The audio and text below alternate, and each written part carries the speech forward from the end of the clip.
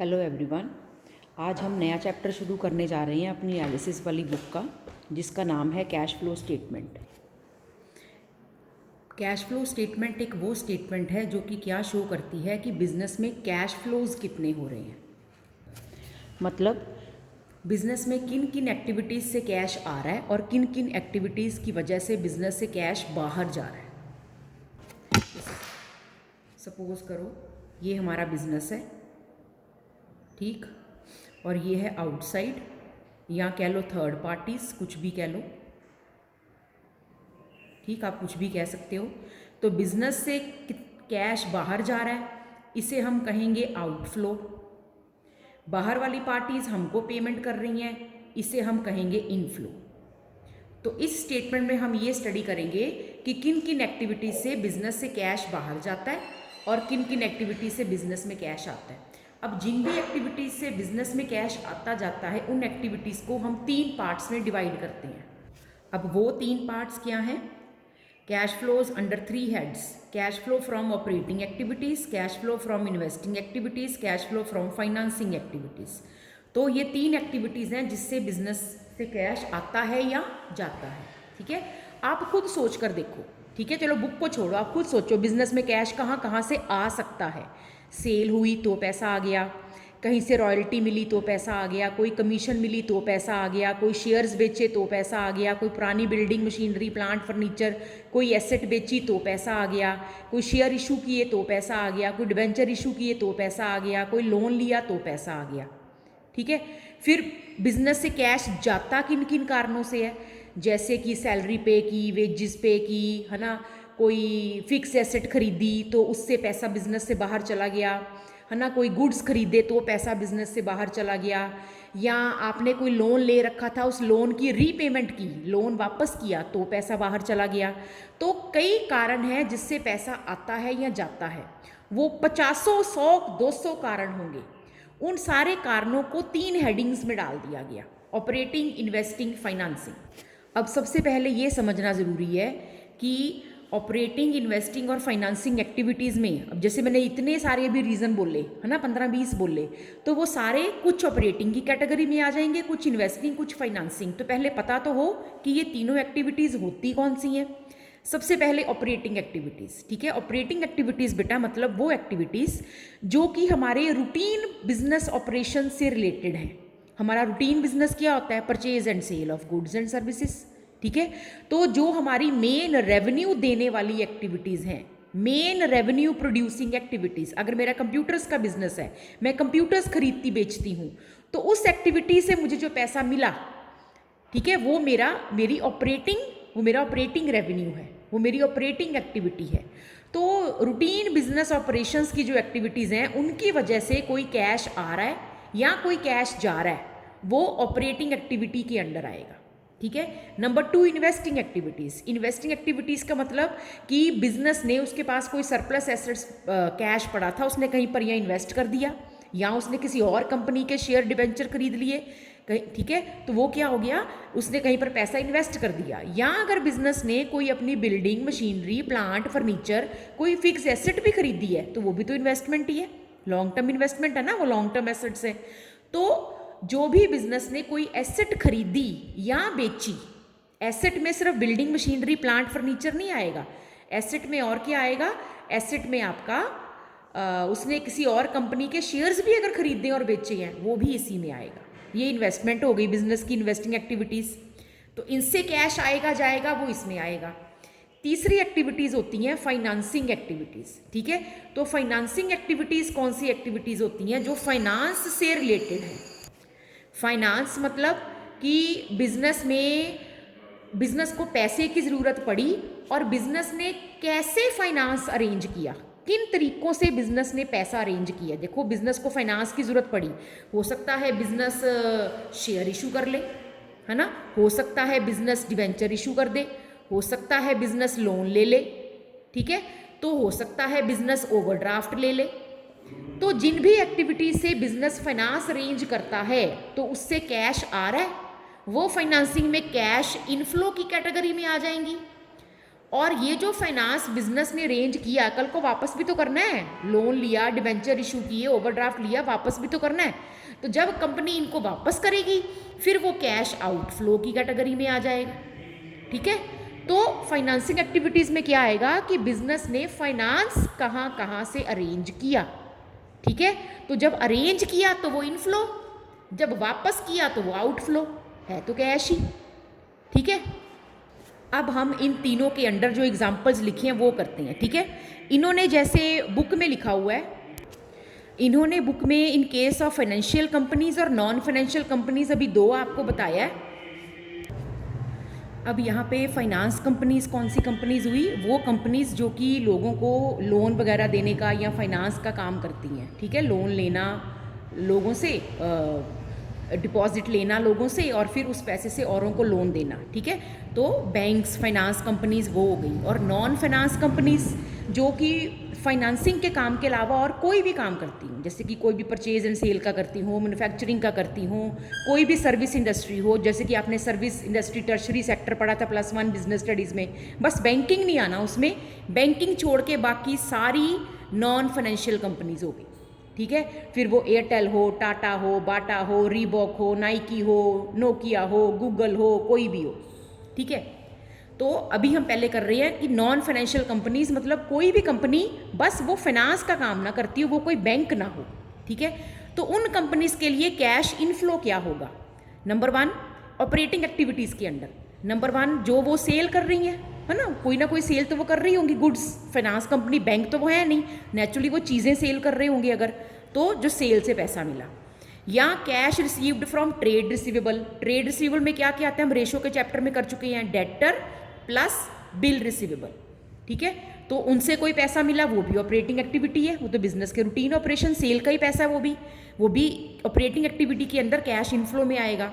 Royalty, फी, commission, है ना, अपना बिजनेस करते हुए कोई इनको फ़ी मिली, कोई कमीशन मिली, बिजनेस को कोई रॉयल्टी मिली, ठीक है, वो भी इसके अंडर आएगा। या income tax refund.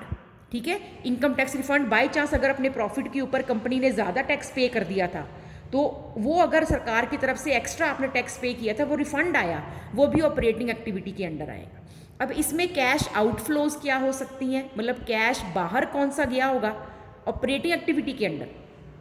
Cash purchases, जो बिजनेस ने कोई गुड्स परचेज किए होंगे, कोई रॉ मटेरियल परचेज किया होगा, तो वो operating activity purchase and sale of goods से ही ताल्लुक रखता है, रूटीन बिजनेस ऑपरेशन से ही ताल्लुक रखता है वो कैश परचेजेस। ट्रेड पेएबल में क्या आता है, क्रेडिटर प्लस बिल पेएबल, उनको कोई पैसा दिया, कोई भी ऑपरेटिंग एक्सपेंस पे किया। ठीक है, तो ऑपरेटिंग एक्सपेंस में आपका आ गया सैलरी आ गया, टेलीफोन एक्सपेंसेस आ गया, प्रिंटिंग, स्टेशनरी, टेलीग्राम, टेलीफोन, ठीक है, तो वो सारे के सारे वेजेस। ठीक है, डायरेक्ट एक्सपेंसेस जो भी आपके ट्रेडिंग अकाउंट में आते थे, कैरेज, फ्रेट, ऑक्ट्रॉय, वेजेस, कोई फैक्ट्री एक्सपेंसेस, कोई फ्यूल, वो सारे। इनकम टैक्स पेड, तो जो भी वो कंपनी इनकम टैक्स पे करेगी वो भी ऑपरेटिंग एक्टिविटी के अंडर ही आएगा। ठीक है, अभी फाइनेंशियल बाद में कराऊंगी, ये हो गया। बाकी दोनों में तो है ही नॉन फाइनेंशियल। अब इसमें क्या है, अब इन्वेस्टिंग पे आ जाओ। मैंने क्या बताया, इन्वेस्टिंग एक्टिविटीज़ कौन सी थी, वो थी जो कि वो एक्टिविटीज़ किसी भी बिजनेस की जब वो अपना पैसा कहीं पर इन्वेस्ट करते हैं, उससे कोई एसेट खरीद लेते हैं, तो इनफ्लो में क्या क्या आएगा। ठीक है, अगर वो कोई अपनी फिक्स एसेट बेच दे, नंबर 1। नंबर 2, अगर वो अपने कोई इन्वेस्टमेंट बेच दे, ठीक है, कोई लॉन्ग टर्म शेयर्स, डिवेंचर्स किसी और कंपनी के खरीदे हुए थे। नंबर 3, अगर इन्होंने कोई डिवेंचर वगैरह खरीदे हुए हैं किसी कंपनी के, तो उस पर इनको इंटरेस्ट भी तो रिसीव होगा।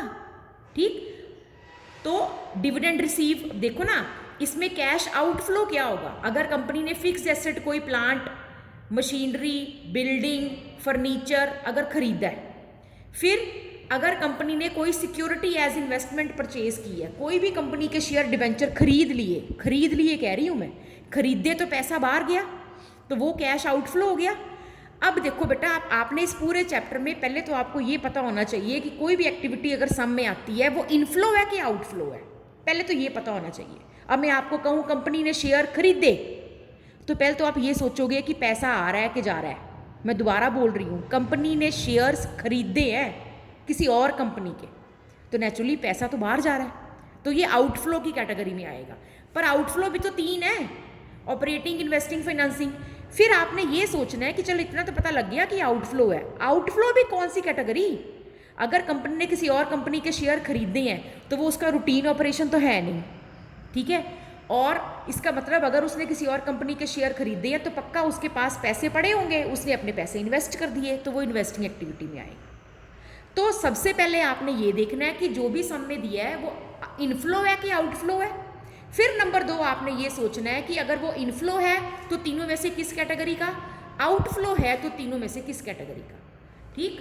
तो फिर उसके बाद अगर कंपनी ने शेयर डिबेंचर खरीदे हैं तो उसने पैसा अपना इन्वेस्ट किया है, फिर उन्हीं शेयर्स पर डिविडेंड रिसीव हुआ, तो वो अगर शेयर खरीदना इन्वेस्टिंग में आ रहा है तो उन्हीं शेयर्स का डिविडेंड भी इन्वेस्टिंग में ही आएगा। अगर कंपनी ने डिबेंचर खरीदे हैं, डिबेंचर खरीदना अगर इन्वेस्टिंग एक्टिविटी का पार्ट है तो उन्हीं डिबेंचर पर कंपनी को इंटरेस्ट भी तो मिलना है, फिर वो भी इन्वेस्टिंग एक्टिविटी की इनकम होगी, तो वो इसके कैश इनफ्लो का पार्ट हो गया, ठीक है। या इनकम टैक्स पेड बशर्ते कि वो किसी इन्वेस्टिंग एक्टिविटी से रिलेटेड हो। कोई आपने जो फिक्स एसेट के ऊपर कोई आपने को टैक्स पे किया, उस पर आपको प्रॉफिट हुआ तो वो टैक्स, ठीक है, वो आउटफ्लो हो गया।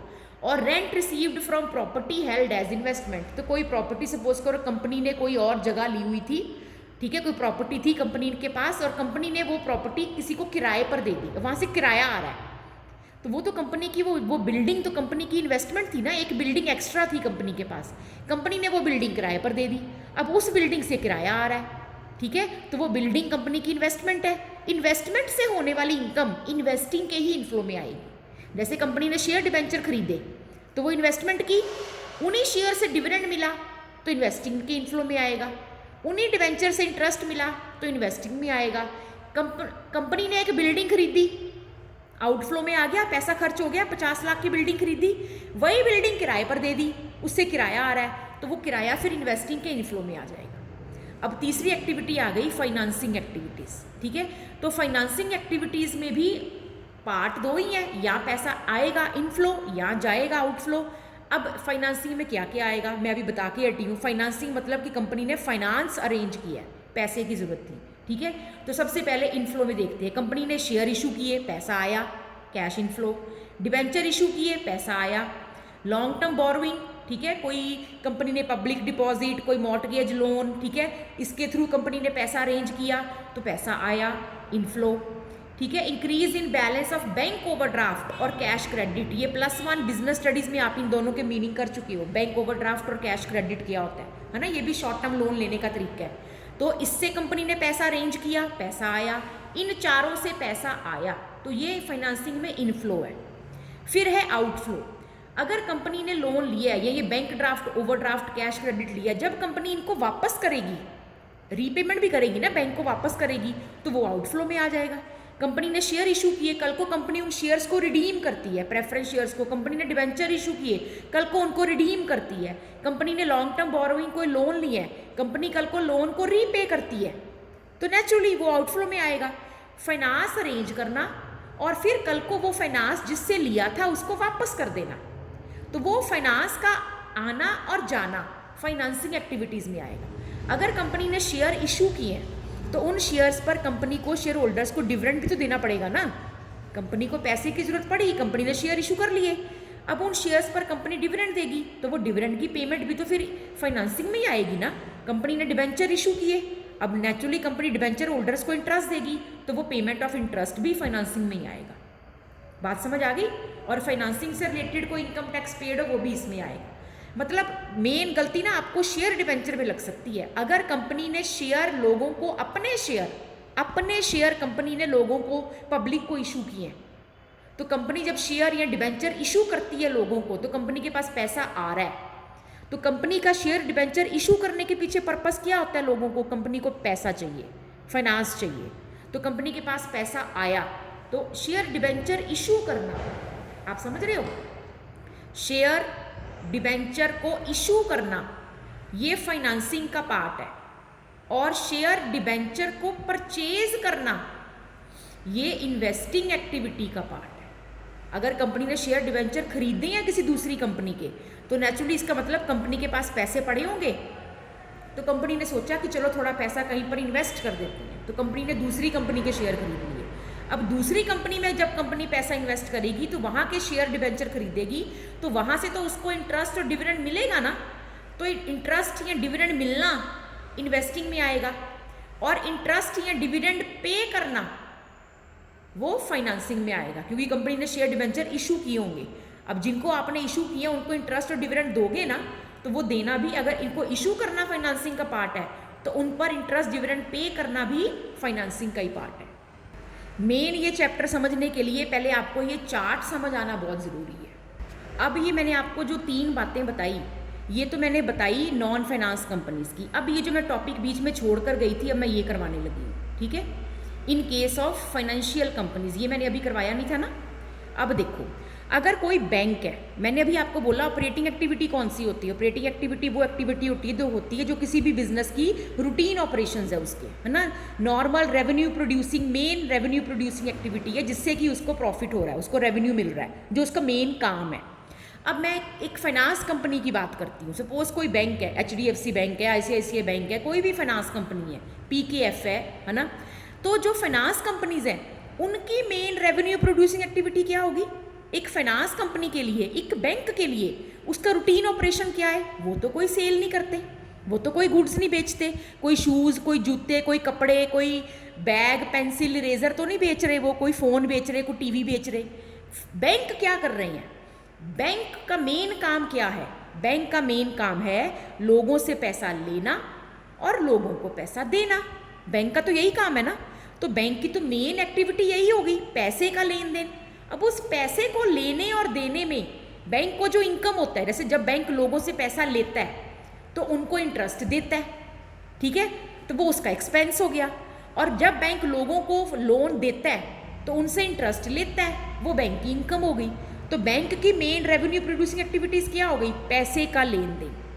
तो बैंक के लिए ऑपरेटिंग एक्टिविटी के अंडर अगर कोई कैश इनफ्लो होगा तो वो क्या होगा, receipt of interest and dividend, ठीक है, कि बैंक ने जो लोगों को लोन वगैरह दिए हुए हैं उस पर बैंक को जो इंटरेस्ट मिल रहा है, तो वही बैंक की ऑपरेटिंग रेवेन्यू है बैंक का, तो वो बैंक के इनफ्लो में आ जाएगा। Proceed from sale of securities held for cell.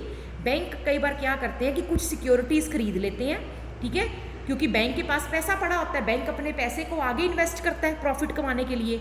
तो वो अगर बैंक अपनी उस सिक्योरिटी को बेचे, कोई भी शेयर डिबेंचर, वहाँ से बैंक को कोई इनकम हो, कोई सेल हो, ठीक है, वो सेल का पैसा बैंक का inflow. Brokerage received by a stock broker. कोई फाइनेंस कंपनी सपोज अगर ब्रोकर का काम भी करती है ना, लोगों के लिए कई बार वो सिक्योरिटीज़ भी परचेज सेल करते हैं कोई फाइनेंस कंपनी, तो जो ब्रोकरेज उनको मिल रही है, ठीक है, जो बीच में से कमीशन मिल रही है, तो शेयर्स की परचेज सेल की वो भी उनकी इनकम, तो वो कैश इनफ्लो हो गया। और फाइनेंस कंपनीज के लिए कैश आउटफ्लो क्या है, उनका कैश जाता किस किस पर्पज से है। एक तो पेमेंट फॉर इंटरेस्ट, ठीक है, लोगों ने आपके पास FDs कराई हैं उस बैंक के पास, तो बैंक जो लोगों को इंटरेस्ट देगा तो वो बैंक के लिए कैश आउटफ्लो हो गया। और payment for purchase of securities, अगर बैंक ने सिक्योरिटीज़ खरीदी हैं, याद रखना सम में मैंशनड हो कि वो फॉर सेल है। अगर बैंक ने कोई security for long term investment purpose खरीदी है, बैंक भी तो फॉर इन्वेस्टमेंट पर्पस खरीद सकता है, फिर वो इन्वेस्टिंग में आएगा, फिर वो इन्वेस्टिंग में आएगा। पर अगर फॉर सेल पर्पस खरीदी है, फॉर सेल पर्पस बेची है, फिर वो ऑपरेटिंग में आएगा, ठीक है। तो ये मेन चीज़ आपने ध्यान में रखनी है। पेपर में क्या होता है, पेपर में 1 मार्क के क्वेश्चन आ जाते हैं, वो एक एक्टिविटी दे देते हैं, ठीक है। एक फाइनेंस कंपनी ने इंटरेस्ट पे किया, बताओ ये कौन सी एक्टिविटी में आएगा। पहले तो बताओ इनफ्लो है कि आउटफ्लो है और कौन सी एक्टिविटी में है। तो एक फाइनेंस कंपनी ने इंटरेस्ट पे किया अगर, तो वो तो फाइनेंस कंपनी की नॉर्मल एक्टिविटी है, ठीक है। तो पहली बात तो वो आउटफ्लो है अगर उसने इंटरेस्ट पे किया। फिर अगला क्वेश्चन, अगर वो आउटफ्लो तो किस एक्टिविटी के अंडर है, तो वो उसकी ऑपरेटिंग एक्टिविटी है। फिर पेपर में क्वेश्चन आ जाएगा, एक नॉन फाइनेंस कंपनी ने, जैसे कि टाटा ने, बिरला ने, कोई भी कंपनी है जूते का, कपड़े का, कंप्यूटर का, कोई भी काम करती है, फाइनेंस कंपनी नहीं है, एक नॉन फाइनेंस कंपनी ने इंटरेस्ट पे किया, अब बताओ वो किस एक्टिविटी में आएगा। अब एक नॉन फाइनेंस कंपनी अगर इंटरेस्ट पे कर रही है तो उसका तो काम फाइनेंस लेना देना नहीं है। सपोज करो वो जूते की कंपनी है, वो रीबॉक है, वो एडिडास है, उसने इंटरेस्ट पे किया। अब सोचो उसने क्यों इंटरेस्ट पे किया होगा। उसने इंटरेस्ट इसलिए पे किया होगा, पक्का उसने कहीं से लोन लिया होगा, या उसने कहीं के या उसने डिबेंचर इशू किए होंगे उस कंपनी ने, ठीक है, या लोन लिया होगा तो नेचुरली उसी पर इंटरेस्ट पे कर रही होगी। तो उसने तो लोन लिया होगा या डिबेंचर इशू किए होंगे क्योंकि उसको फाइनेंस की ज़रूरत होगी, इसलिए किया होगा। तो उसके लिए फाइनेंस की ज़रूरत के लिए उसने इंटरेस्ट पे किया, उसने पक्का फाइनेंस अरेंज किया होगा।